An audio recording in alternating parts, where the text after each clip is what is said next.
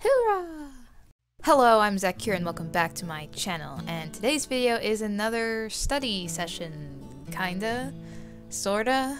I wasn't actually sure if I should have included this video in this study session series because it is sort of different than the other study session thingies, so I was gonna just like have it as a process video, but then I realized it was a photo study, so come on, duh. The whole point of this series is to show my personal study sessions, and this was a very personal study session, so there you go. So because I was really trying to study and experiment a lot, I tried out like a few different ways of going about drawing her face, because the way I would always do before would be, do the sketch, then do, the shading on top and whatever, and I kind of ended up doing that anyway because that's just the way I guess I have the most practice with, so I'm most comfortable with it. But before I did that, you may have seen that I started doing it almost like in a painterly way, where I like put down the blocks of different tone of color. I don't want to say color because it's in monochrome, but just put down the tones on there and just started like painting the face kind of with the sharp shapes and the different values of shading on her face, and then I try to like smooth out the edges. It was really hard. So that way of going about was kind of inspired because before I started doing this photo study, what kind of really inspired me to go and sit down and do this photo study in the first place was me watching a couple of videos from this amazing illustrator called Bucci, if I am pronouncing that right. I will have a link to his channel because he's a really great artist, and he makes these he has this series called like 10 minutes to a better painting, and he explains things so well. And he had one video that had a big emphasis on shapes and how even the most seemingly complicated and detailed paintings are really just made up of basic shapes that the different lighting values create, aka the dark shading, the mid-tone, the lights, and the highlights. That are then rendered and blended out. But the core, the bread of the painting is still in those basic shapes, and he made a big emphasis on really paying attention to that rather than all the fancy rendering that many of us less experienced artists tend to get really caught up in. And a really great practice that he mentioned was to train your eyes to pick out these shapes, even going as far as tracing them right off the photo at first, just so you can really see them and make them out. So that's kind of what I was trying to do at the beginning. It was to just pay attention to those shapes and basically paint the picture with just like 3 values of color. And even though I ended up scrapping the whole thing and restarting, I really think that doing that really helped me better understand this woman's face and the way the light is hitting it. And those shapes were really like ingrained in my head after doing that. So when I went in later on to do, the whole painting, I could always see those shapes, and so that just really helped like guide me as I was painting. The reason I scrapped that whole thing at the beginning was because I, gosh darn, could not get the proportions right. So instead I did a basic sketch first, which I then painted on top of in my pretty usual way of slowly painting in the shadows and rendering as I go. Because that was another thing, when I tried to render the shapes after they were in place, I kept on ruining them, meaning as I was rendering, I was changing the shapes, which changing the whole shape of the shapes, which ended up making things even more off. So that's something that I'm definitely going to be practicing more. Just being able to accurately lay down those shapes and not lose them in the rendering process. So in this this picture that I'm using is actually copyright free. I know for studying, it doesn't really matter. You can use whatever photos you want because you're just doing it for studying purposes. But I was just looking on copyright free picture website, and I was like, well, hey, I like this picture. It's in black and white. It seems to have some pretty sharp basic shapes on her face, so I felt that it would be kind of an easier subject to draw than some other photos that may have like lots of ambient lighting and it's really hard to pick out the shapes. So yeah, and I liked it. I thought it was kind of quirky and cool, so I thought, why not? Let's do this one.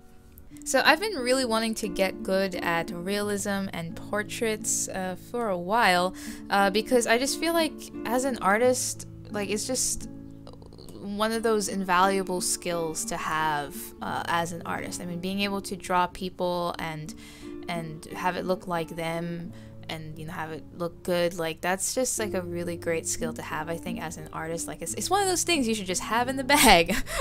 Even if, you know, your main style or what you mostly draw is not realism and not portraits, it's still, I think, like just a really great skill to have. And also just it helps because being able to draw something that looks very realistic also means that you've trained your eye to the point where you can really pick out shapes and details in things. And I think that skill, the more you train your eyes to do that, like that skill carries over to any other style of drawing that you may do. So it's just like an all-around great thing to learn, like, honestly.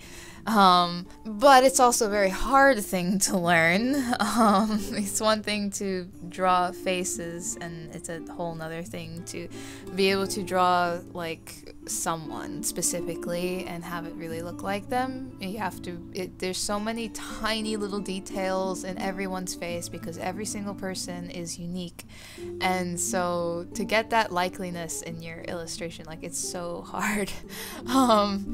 Or I mean, like, at least it is for me, because I guess, like, it wasn't something that I really focused on. I know that a lot of people, they focus on realism and portraits, so for them, like, drawing a realistic face may actually be easier than, you know, say, drawing a anime character or something like that, because they are two different, you know, skills and two different styles. But I'm getting better. This portrait study is, you know, it's far from perfect, especially at the end. You'll see them side by side, like when you have them right next to each other, you can really see all the differences. And in particular, like the eyes, I noticed that, like, I made the eyes too wide, too far apart. She's kind of like derp. Her eyes are kind of out of focus. She's not really looking at the camera. And there's a whole lot of other things that aren't totally accurate to the photo, and you know, still so much for me to study and so much for me to work on and improve on. But I am getting better. Every time I do one of these studies, every time I do one of these portrait studies, I notice like a big improvement, more so than like any other practice thing that I've done. And I think it may be because, like, these portrait studies are like a workout for your artistic abilities, because you are practicing everything in a way. You know, you're practicing your sketching and your proportions, and then you're also practicing your shading and your lighting, and you know, you're blending your whatever, you know, you're practicing like every single part of that. And then on top of that, you're trying to make it look like a specific image, you know, not just like from your head. So it's like it's a workout. I think, honestly, I mean, at least for me, doing like realistic photo studies is like a workout, and something that I would definitely implore other artists to do as well. Once I was finished with the monochrome version of this portrait study, I was kind of just playing around with it and toyed with the idea of making it color, even though the actual reference photo is black and white, so I have nothing to really base the color off of. So I try to like go over, and I was experimenting with different layer modes that like I usually don't use, to see how I could add color on top, but it ended up kind of looking strange and muddied out. I don't know why, but every single time I've tried to paint where you start with the black and white and then you add the color on top, which I've seen a lot of artists work this way, digital artists work this way, and I don't know why I can never get it to look right. It just always looks like, oh yeah, you did this in black and white and then you added color on top. Like, I can't make it look nice, so I don't know. I don't know. And if you work that way, if you got any tips for me, you know, let me know in the comments. I'd love to hear. So if you've been following my channel before, or if you have watched any of my previous study session videos, you know that at the end I usually give some homework, and I say that with quote fingers because I don't really care if you do it or not. I mean, I do care. I really, like, I come up with these homework things to give to people as a way to try and inspire people to do their own study, because I really do want to help people to improve and yeah, so that sounds like a pitch. I need like the dramatic music playing in the background. Anyway, the homework for this time around is simply to do a photo study portrait. So you can just pick any photo off the internet. If you want to get a copyright-free photo like I did, I can recommend a site called Pixabay. Pixabay is just a website that has a bunch of stock photos that are free to use for any purposes. Or you can just use any photo. You can use a photo of yourself, your friend, your family, whoever. It doesn't really matter because this is for practicing. You're not like, so it's okay. And if you do post it and you are using a copyrighted photo, just be sure to make that clear, like, you know, give credit to that photo so that you don't get copyrighted issues.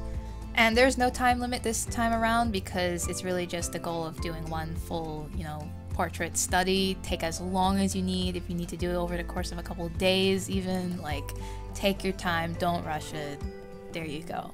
Oh yes, and you can do it just in black and white because that's how I did it here. I'm sure I will have a study session video in the future where I'll do one in color, but for now, just do one in black and white. So you're really just focusing on the lighting values and getting it looking like the person without the colors distracting you. And once you're finished, feel free to share it on social media, and you can tag me with it on like Twitter or Instagram, or more specifically Twitter is good because this way I can like retweet you know what I mean, you know what I'm saying? Or just like let me know because I would love to see what you guys create, so yeah. But either way, I wish you best of luck, and this is a very good study session, one that I like really want to do again very soon when I can get the time, because it's fun actually, to be honest, to do, and it's very satisfying. I like how the nose came out in this one, even though it's not totally accurate to the photo. When I got that nose, I was like, yes. Thank you so much for watching. I hope you enjoyed the video. If you did, please be sure to give it a thumbs up and let me know in the comments. If you haven't yet, be sure to subscribe so you don't miss out on upcoming videos. I make new videos every week, usually uploading on Sundays. But recently on YouTube, there's been some like notification issues. People aren't getting notifications for everyone because YouTube has been experimenting with different algorithm things. So be sure to hit the bell so you don't miss out on when I upload, because I do usually upload on Sundays, but a lot of the time I also upload like away from that schedule as well because I'm a rebel. If you want to follow me on social media, all the links to that are in the description box where you can follow me for daily updates. And until next time, stay awesome, stay inspired, always. See ya!